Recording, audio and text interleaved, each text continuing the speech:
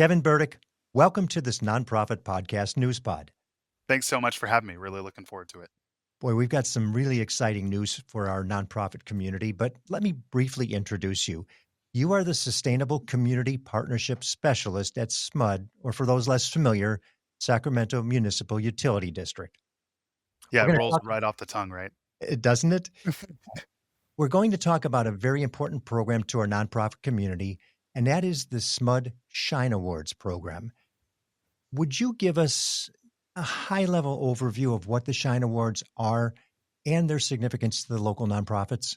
Yeah, totally. So Shine Awards, it's really a game changer for our local nonprofits. It's been around since 2017, and it's been a funding opportunity for kind of calendar year projects. They might be based for a certain program, or it might be infrastructure based, right? Improving our HVACs for our nonprofits and getting them off a gas heater and moving them to electric and making sure they're paying the best rates possible here in Sacramento.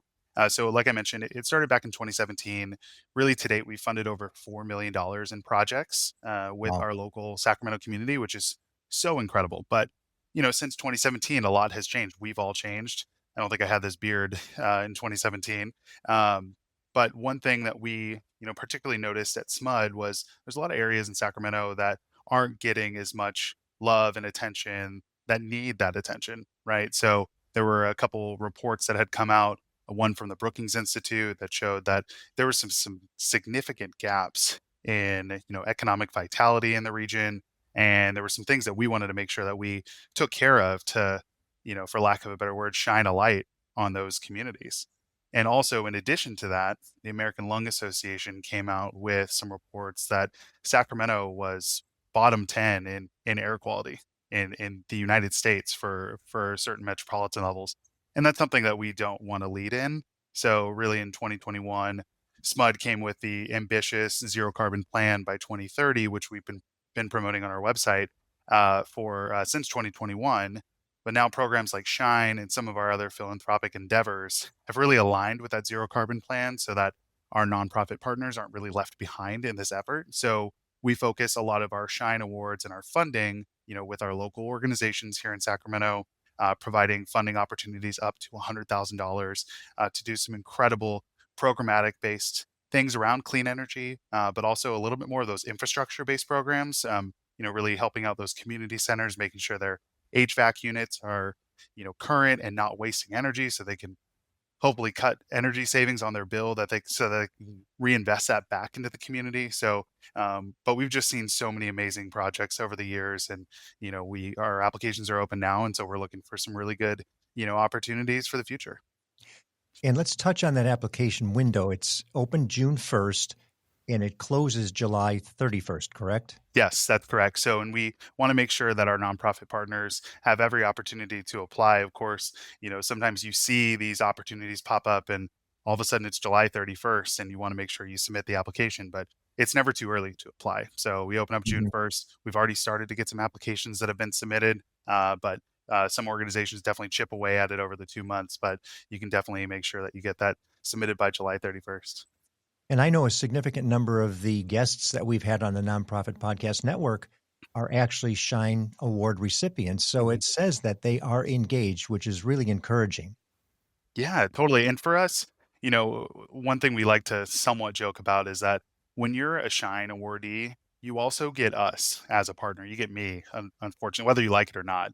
And having a relationship with SMUD is just it's just a great stamp of approval in the Sacramento community. And we also get so many other opportunities that come to us that we make sure our Shine Award partners are aware of. Like, for example, we just had a webinar a few weeks ago with our chief lobbyist in Washington, D.C., talking about the state of federal funding. And the people who attended that webinar were individuals who have received Shine Awards in the past, our current cohort, and other community partners. So we really, not only do we share the award, we really want to share all the resources that we have available too, to make sure that our nonprofits are taken care of. When you do an outstanding job, either on the website or through other promotional venues where you recognize the awardees as well, which is significant because it gets them some additional promotion, awareness for their organization, and the fact that they are participating in something that is beneficial to the community in so many different ways. Yeah, I mean, there's so many amazing nonprofits, in this region, and so many that you mentioned that you've had on your show, and we just want to uplift the amazing work that they're doing, but also make things a little bit easier. Like Wellspring Women's Center, for example, if they have a facility, right, and we don't want them having to spend so much funding on their energy bill. So if we can replace some of their and make sure that their building is energy efficient, so that they can use that funding towards something else. Like everybody knows, in 2025, our wallets are a little bit tighter, the costs are higher than ever in so many categories. The last thing we want these organizations to worry about is their energy bill, because they're usually convening, these individuals in these spaces, and want to make sure that they're taken care of. Let's talk a little bit about some of the geographical limitations you've got, because it's not everybody who is listening to this news pod. It really does have some limitations, and that's the SMUD service territory. Can you give us an idea of what that is? Yeah, sure. As much as we'd love for every nonprofit to be able to take advantage of this opportunity, we are, kind of service Sacramento County. We're funded by our customers. We're community owned, and so with that, a lot of our programmatic or our funding limitations are based in the area that we provide power in, right, in our service area.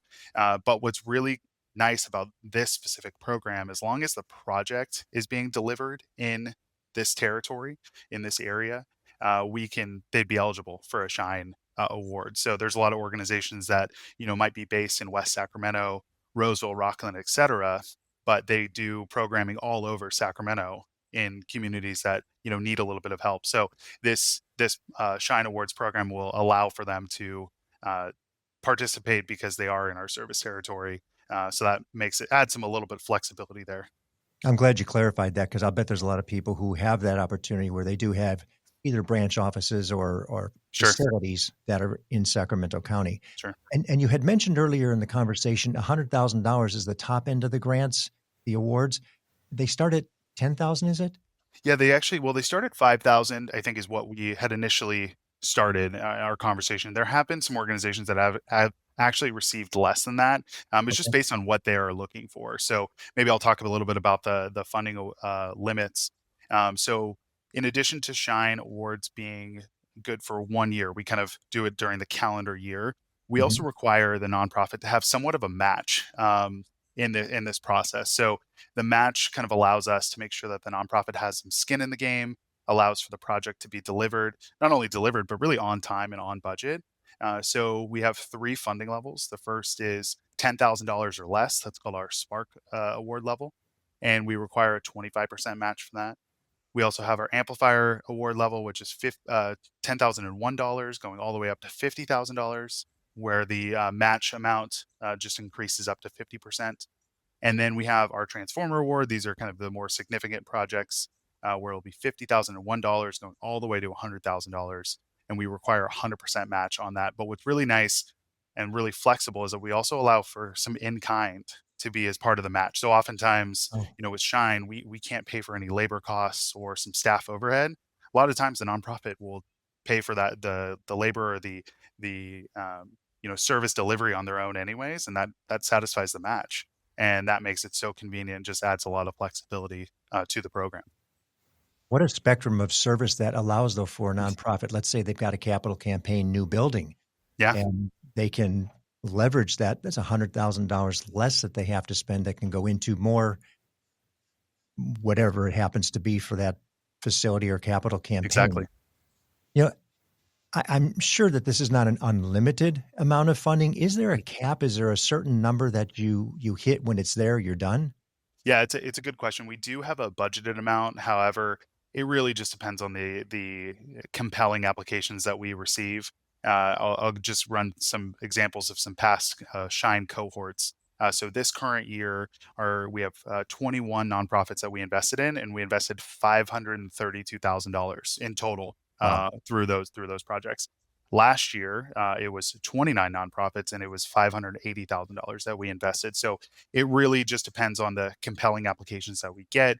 There's not necessarily a dedicated set amount, and all we want is we want to get these applications, and we're like, oh man, this is a no-brainer. We got to fund this, and because that makes us happy, and we know what the heart of our nonprofits. They know what's best, so oftentimes, like, we just want to feel that in an application, and sometimes we might fund a little bit more, sometimes we might fund a little bit less, just given on the what we receive. And speaking of application, as many of us would attest, some of these applications and grant forms can really, really be Yeah. cumbersome. Do you have guidance for people who are going through the application process?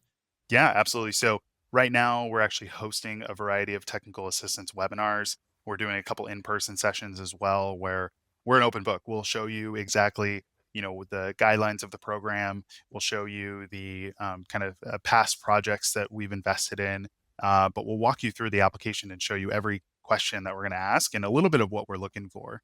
A lot of our staff really wants to make sure that our nonprofits are really sharing all the amazing work that they do and how it kind of connects to our zero carbon plan that I mentioned earlier, Mhm. without it feeling like mission drifty. We want to make sure it's a very good blend of both of our organizations together. So that could be a little bit of a challenge, but we'll walk you through that, and we're an open book up until July 31st.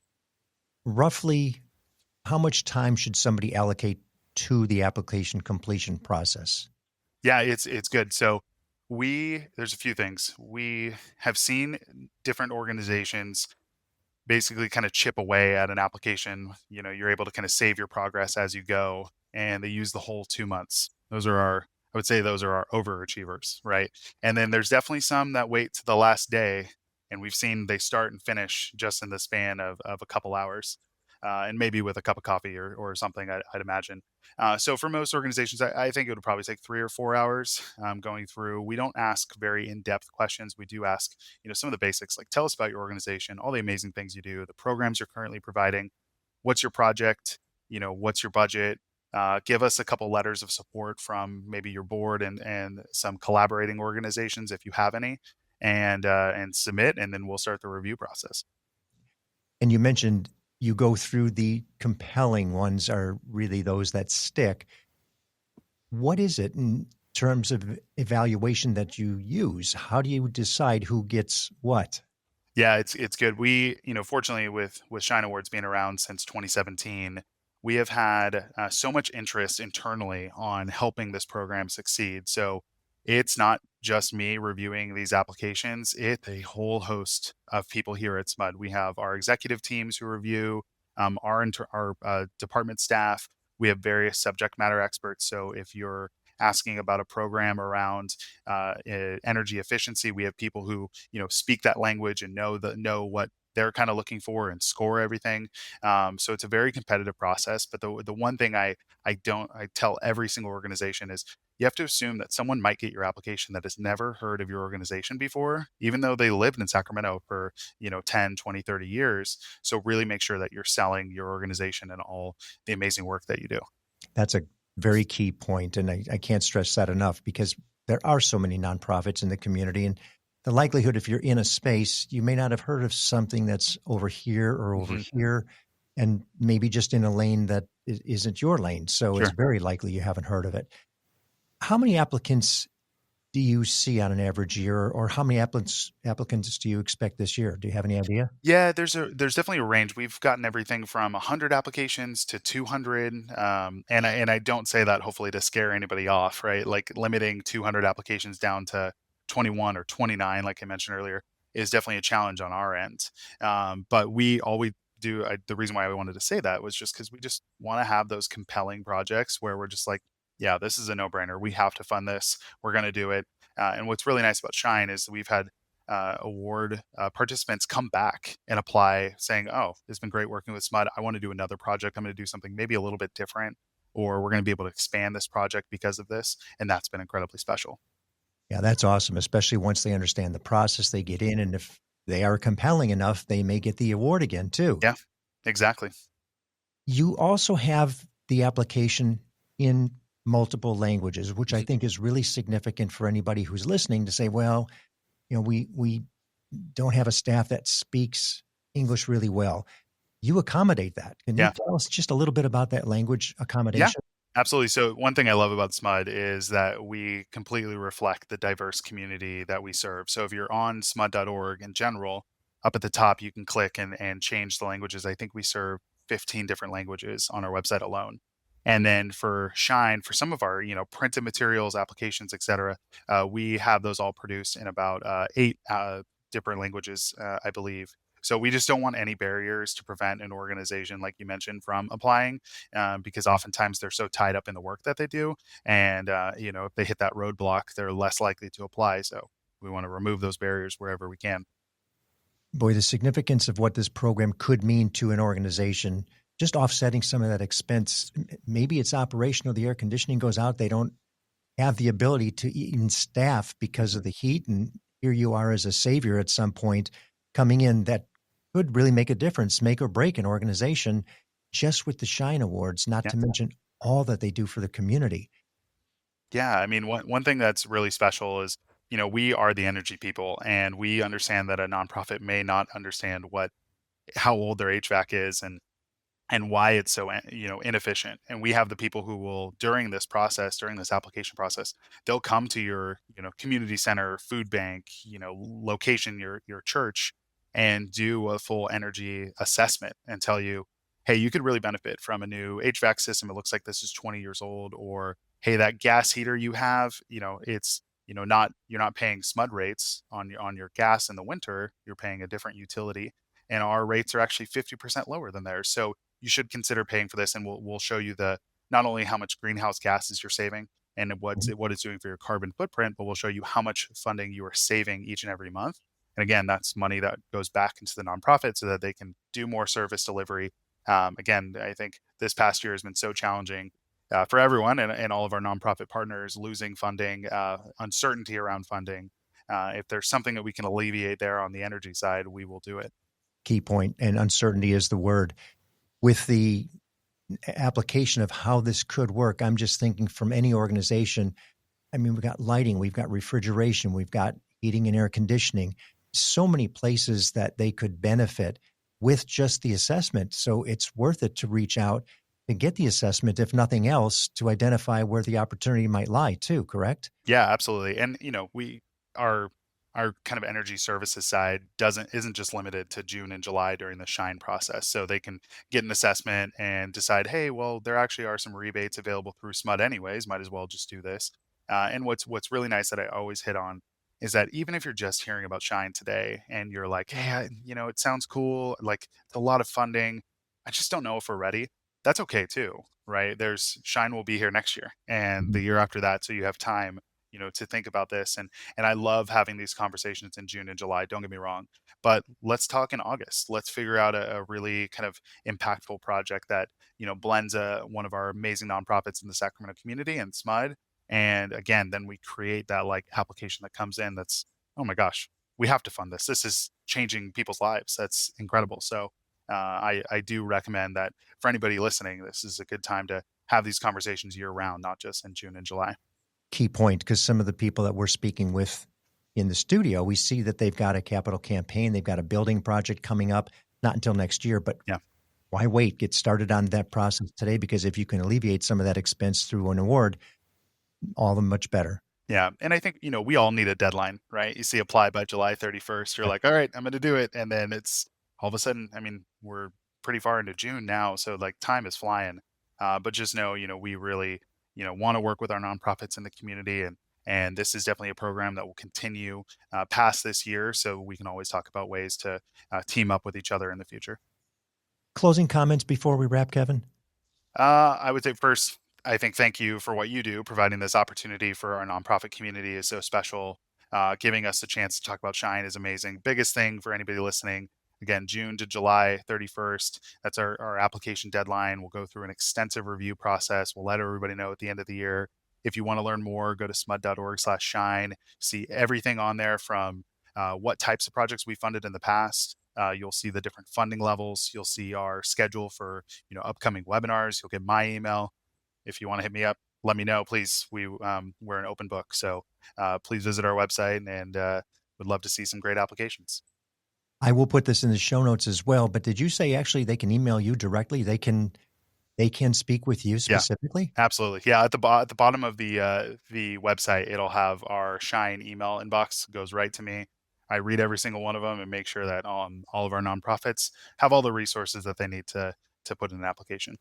Okay, everyone, you can actually speak to Kevin. So it is well worth your time, energy, and effort to at least start the process.